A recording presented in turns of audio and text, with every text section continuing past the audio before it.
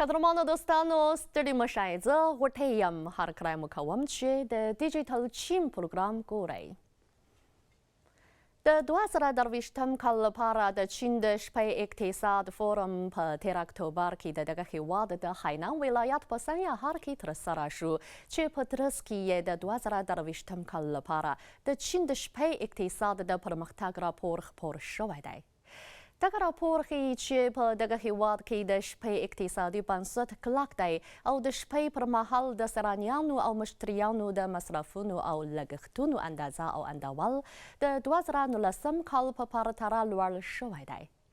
زه به په نننۍ پروګرام کې د ګڼو شمیرو له مخې تاسو ته په چین کې د شپې د کولتوري او سیلانیزو چارو پرمختګ در وپېژنم. شمیرې ښیي چې په چین کې د خلکو د عمومي لګښت 80 سلنه په شپه کې کیږي او د هرې شپې له 6 بجو تر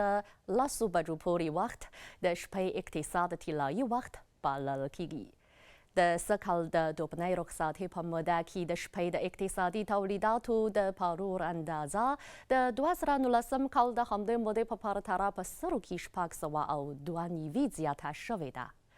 د سړي په توګه له جګو ځایونو شپنیو منظرو ته کتنه د څراغونو او رنګینو رڼاګانو نندارې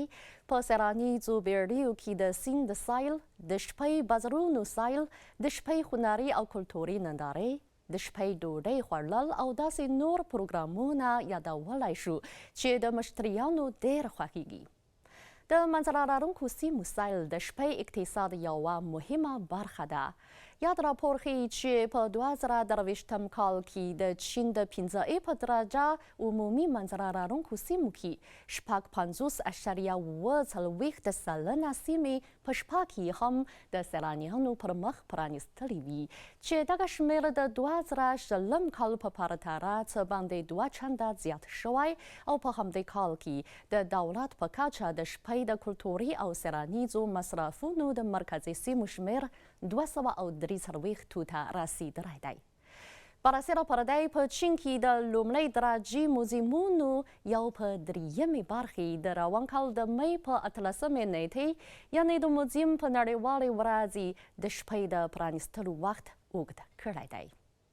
په دغه راپور کې راغلي چې سږ کال په چین کې د شپې د سیلانیز بازار پیمانه 1570 میلیارد یونو ته ورسیږي.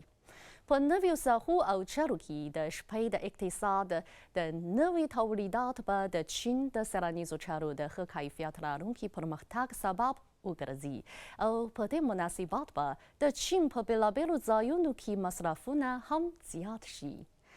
درانو دوستانو د ډیجیټل چین نننی پروګرام په همدې ځای پای ته ورسید. ستاسو د کامیابۍ او خوشحالۍ په هیله.